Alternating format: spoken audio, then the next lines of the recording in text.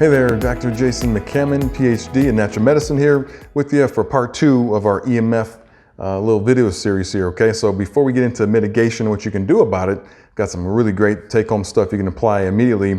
I just wanted to go back for a second and make sure you understood that some of the issues with EMF, okay? I mentioned some of the sources of it and the symptoms you're going to be experiencing, but what's really going on with that, right?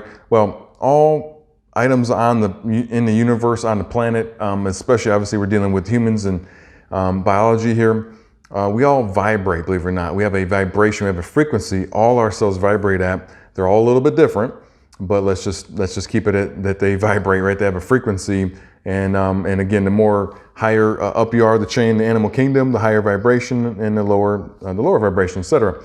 So what happens is with EMF, you're getting something that oscillates at a certain frequency, okay, EMF, and is again varies at different amounts and depends on the source of it and the strength of it. But that oscillation of that frequency, that's what does the damage. It actually is disrupting our cellular frequencies, right? And you know, you have two waves that are coming at each other, and if this one's more powerful and stronger and it's more sustained, it's going to kind of drown out and dampen this one, right? So that's how it can really affect our cells. So get a little sciencey there for you, but you can research that more if you'd like. That's just want to let you know that's actually how it affects our body, okay? So if we can find a way to actually shield that and completely block it from that wave reaching us, great, but that's not practical, as you'll find out in a minute. Or there's ways we can mitigate that, or we can cancel out that frequency, okay? Or turn this frequency that's EMF into something more natural to our body, and then there are devices that do that, okay?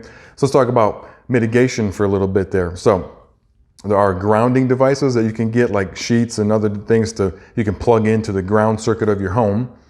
Pendants, there's chips, like little chips you can put on the phone. I've seen there's even stuff that plugs into like the bottom of your phone to try and again mitigate this EMF. Coils, outlet filters for like your home. Believe it or not, outlets can be a pretty big source of dirty electricity, and then shielding devices of all types. So I'm just going to take a couple here that I'm familiar with, just to kind of let you know my thoughts on it. The idea is that you're going to get a device and think, oh, EMF affects me. Here are a couple issues I want you to be aware of. Two things. You really don't know how much it affects you personally unless you're tested. And we'll talk about testing a little later, but that's really important.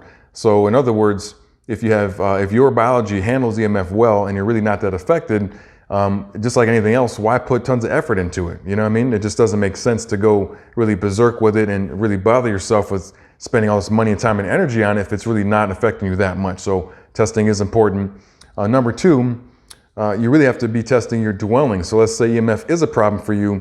If you don't test your ecosystem, again, for example, your outlets at your home, you don't know what status they are. So for example, let's say we bought a grounding blanket, which I have recommended to patients before, and you land that grounding blanket at night and you plug it into your ground circuit of your home. As I mentioned in video number 1, our electricity in America is built on the Y system. So if you have dirty electricity coming through your foundation of your house, through the pipes, you know, up through the circuitry, etc., you actually could be increasing EMF, believe it or not, by plugging yourself in. You're literally plugging into the grid of electricity that's trying to get back to the power station. I know it's like, what?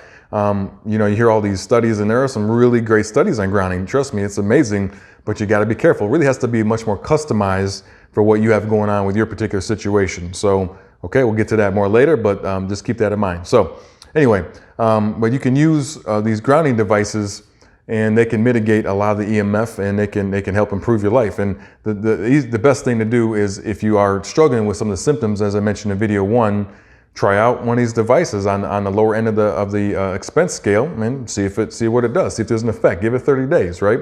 Sometimes you don't know until you try some things. Okay.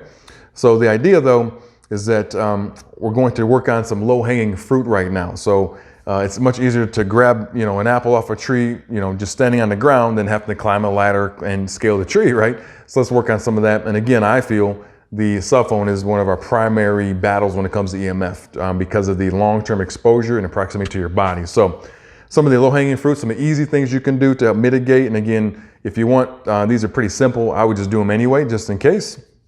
Airplane mode is really big.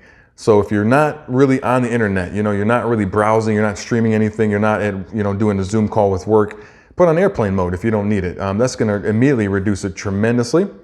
Try to keep it away from your body when you're not traveling or you don't need it on you. Like let's say you're going to the store, maybe you need to grab it, but you get back to the office or home, don't keep it in your pocket. Set that thing up on a counter somewhere, even a few feet from you can really cut down on EMF exposure.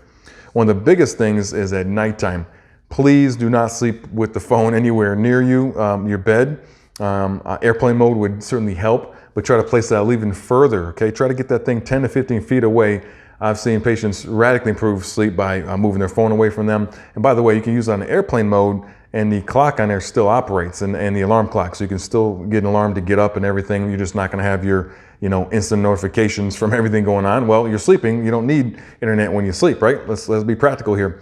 I found Safe Sleep is really, does really work. That's a brand name. I don't make anything from Safe Sleep. I'm just letting you know it has worked. I'll tell you a quick story that really, wow, it blew me away. Back in the mid 2000s, everybody's using the cell phone, including myself. I remember talking to, on road trips, talking to family for 10, 15, 20 minutes. I remember getting off the phone call and starting to get like a light headache. The whole side of my head started to get warm. My ear would get super hot. And I'm like, after a while, like, okay, something's going on with the cell phone usage at my head. And it kept happening. I didn't know I thought at first it was that phone or, maybe it's just because of sun, but nope, sure enough, no matter where I used it, it heated up the whole side of my head. And come to find out, there's actually studies now showing that it actually is literally putting radiation in the brain. So I'm a little freaked out by that. But however, I soon figured out Safe Sleep was a way to mitigate that. And now I've been using Safe Sleep now, I think 10 plus years or something. I don't know, it just works. But basically, it's a special phone cover. Okay, you put on your phone, pretty easy to use, and not that big a deal. But now, if I try to use my phone on speakerphone as much as I can to keep it away from my body, but if I have to use it to my head just to hear better, if you're in a noisy environment, that I get zero symptoms. I mean zero. So yeah, this is not a scientific study, but anecdotally, I can tell you that absolutely works. There are some products out there that I'm not so sure about. I have to look at their literature and look at the studies, but that really does work. So I'd highly recommend that. As I mentioned to you earlier, using your phone on speakerphone as much as you can, getting it away from your person. Let's see what else we've got. We've really got to work on minimizing, being near electronic devices. So again, if you're watching a movie, don't sit 3 feet from the screen, right? If you're microwaving food, back away. Like put your food in, turn it on, back away, go do something else. Just get away from these devices. There's literature showing it really drops off fast as you back away from that device. So those are some simple things you can do. I call, low-hanging fruit, right? And then the biggest thing is for your true long-term risk of this and how it can affect your body, I highly recommend biofeedback testing with a quantum device like what I have in my clinic here called biofeedback or bioenergetic testing. It's one of the only platforms, one of the only ways to really know if EMF is truly a problem for you or not. I don't honestly know of another way except for, I have symptoms, I'm gonna try this trial and error thing for like 6 to 12 months. It could take a long time, but getting bioenergetic feedback quickly can identify if it's a problem for you. And another thing the testing platform I have does is it tells us what parts of your body or what organ systems are affected. I have some patients that affects more their brain, some more like their female organs for fertility, some is gonna be lungs, some adrenals. It could be any part of your body and you really don't know. So we can actually do more to help you mitigate that potential damage by knowing what's going on with you. So hopefully this was helpful, okay? I really hope to inform you on this, and hopefully we'll have another information on this as I do more research. But for now, try those little low-hanging fruit things at home and mitigate the best you can. And stay safe, take care, bye-bye.